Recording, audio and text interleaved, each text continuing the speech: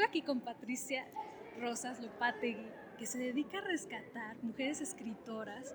¿Qué es lo que te mueve para presentarnos a estas autoras fascinantes? ¿Qué es eso que dices, no puedo dejar pasar? Bueno, muchas cosas. Pero yo creo que una de las más importantes es que todas estas escritoras, a mí siempre me han interesado, mi trabajo de académico se ha concentrado principalmente en las creadoras de los años 20, las que producen en los años 20 hasta, digamos, los años 50, ¿no? Las que se conocen como las escritoras de medio siglo, ¿no? Como Rosario Castellanos, ¿no? Y a mí lo que siempre me llamó la atención, porque mi formación es en literatura, que durante mi carrera nunca leímos a estas autoras, ¡Qué ¿no? barbaridad! No la leímos, es decir, no leímos obviamente a Nahui Olin, no leímos a Antonieta Rivas Mercado, no leímos a las hermanas Campobello, a Elena Garro yo podría decir que fue una verdadera excepción que la hayamos leído en un seminario de literatura mexicana en 1977, wow, cuando estudiaba literatura. Y la fortuna para mí fue porque mi profesora era muy joven, entonces digamos que estaba despojada, ¿no?, de toda esa maledicencia, de esa leyenda negra que se había creado en torno de Elena Garro. Ella acababa de terminar su carrera en letras y nos dio a leer Los Recuerdos del Porvenir, que para mí era un caso excepcional, un descubrimiento, sí. Bueno, y después, cuando yo ya terminé mi doctorado y empecé a dar clases, me di cuenta que toda mi carrera habíamos estado bajo el yugo masculino, ¿no? Todo el canon masculino, todo lo que habíamos leído, el 99% era escrito por varones, tanto mexicanos como en general hispanoamericanos, incluso españoles, incluso europeos. ¿Y las mujeres qué? Además, narrativa y teoría y todo. Claro, exacto. Así es que ya con el paso del tiempo, al ir desempeñándome como profesora, como maestra, dije, esto no puede seguir así. Yo tengo que rescatar, ver qué crearon las mujeres en ese periodo. A mí, porque es el periodo de las vanguardias, y como yo ya había descubierto a Elena Garro y me interesaba mucho poner a Elena en el lugar que ella se merecía, pues empecé a ver qué otras escritoras habían estado en el ostracismo antes de Elena Garro y después de Elena Garro. Y ahí comenzó mi rescate, mi búsqueda. ¿Y qué fue lo que fui descubriendo? Pues, entre otras cosas, que estas escritoras,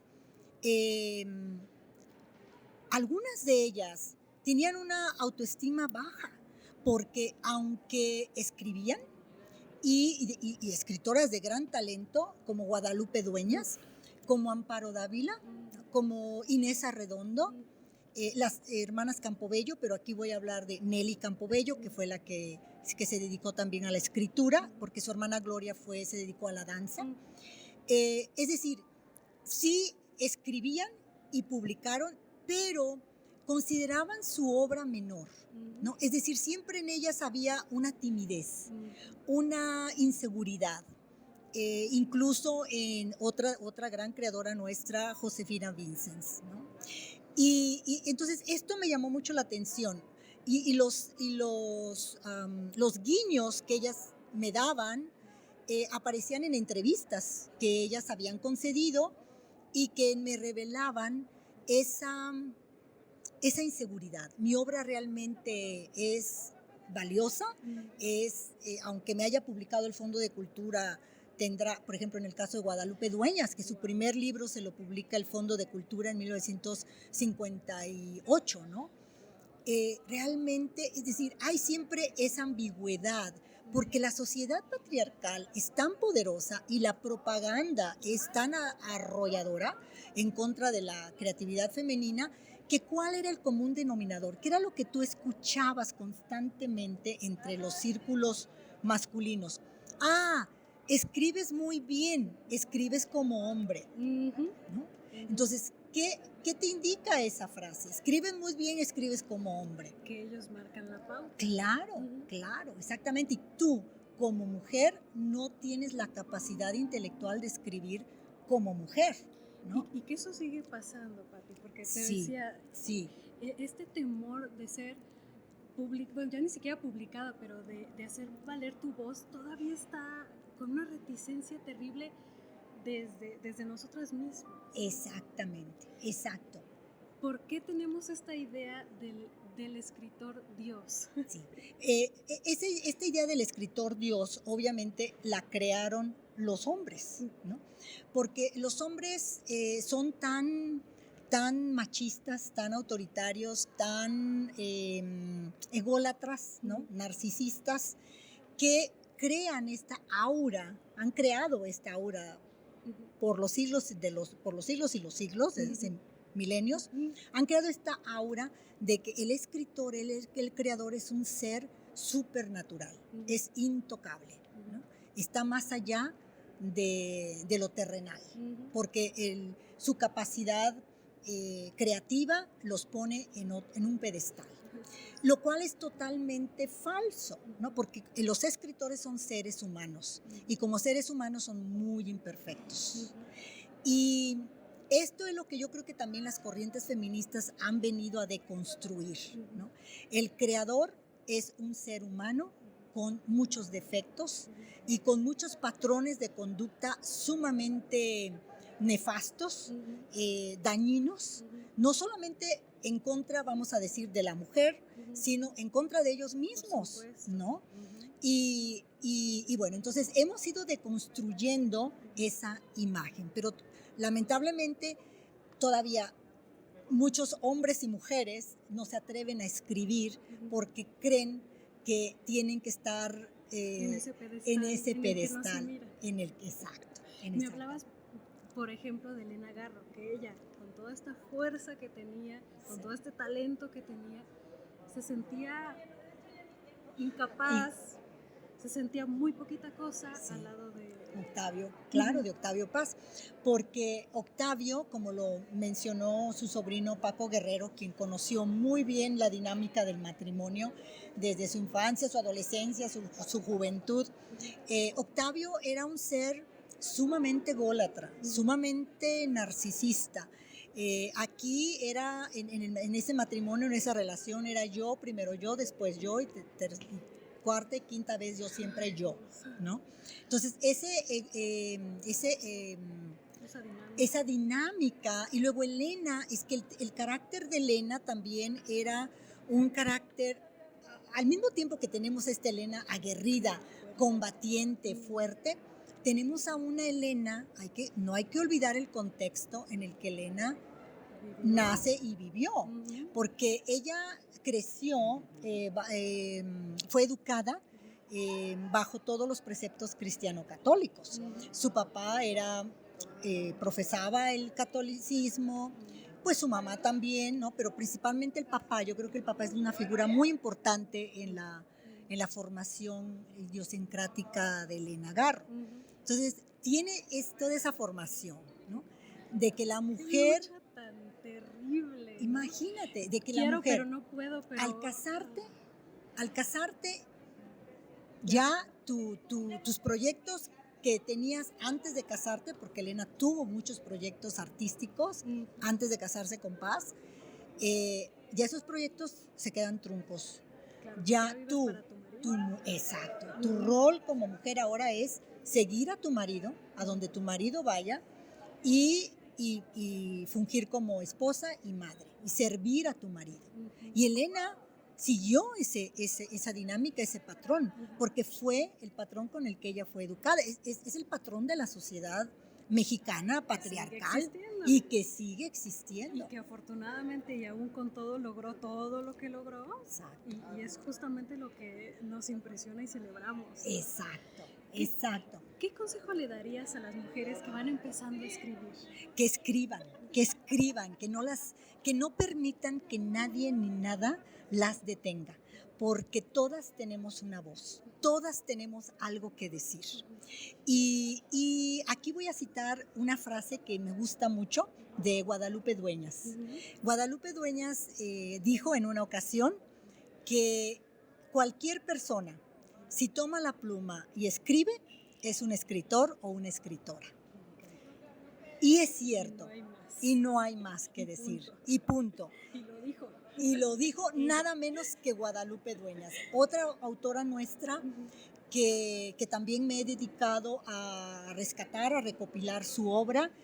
Publicamos en el Fondo de Cultura sus obras completas en el 2017.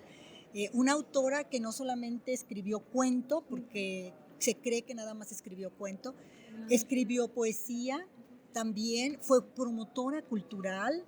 Es impresionante. Entonces tenemos muchos modelos femeninos de mujeres autoras que nos pueden nutrir, nos nutren. ¿Quién ha sido, o más bien, no te voy a poner a elegir entre mujeres porque es imposible, pero ¿cuál ha sido la anécdota, la situación que han pasado alguna de estas mujeres que te ha impresionado más, que tú has dicho, wow, la admiro, wow, ¿qué es esto? Sí, hay una frase de Elena Garro muy poderosa que dice, en México cuando la mujer escribe, la mujer muere. Ay, Dios. Por esta sociedad, bajo estos paradigmas de la sociedad patriarcal. Para que editen mujeres es complicado. Yo le agradezco mucho a Gedisa el trabajo que hace, pero no es fácil. No. Entonces, eres una luchadora, te admiro mucho. Muchas gracias. Muchas gracias. No, gracias a ti, porque para mí, este trabajo que yo comencé cuando descubrí a Elena Garro en 1977 y que el primer artículo que escribí sobre ella fue publicado en 1980. Entonces, toda esta trayectoria para mí es sumamente gratificante ver a las jóvenes.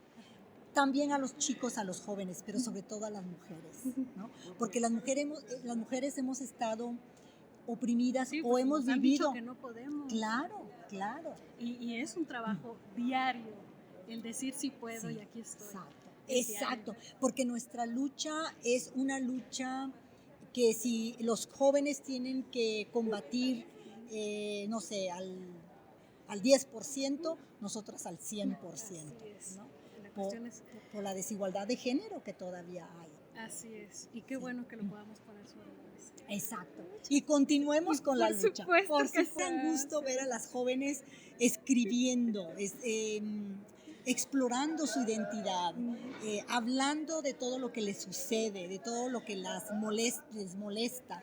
Mira, Elena Garro tiene, para concluir te quiero comentar, claro. Elena Garro tiene un poema que se titula Me acuso, que es un poema que todas las mujeres deberíamos de leer y que todas deberíamos de tener en nuestra cabecera. Es un poema en donde Elena dice, me acuso, y básicamente ella construye el poema como una plegaria, en donde aparentemente la voz lírica se acusa de querer vengarse de quienes le hacen daño, de querer romper, dice ella, la fiesta para perseguir al enemigo, ¿no? Pero al final ella da una vuelta de tuerca y dice, sí, me acuso, pero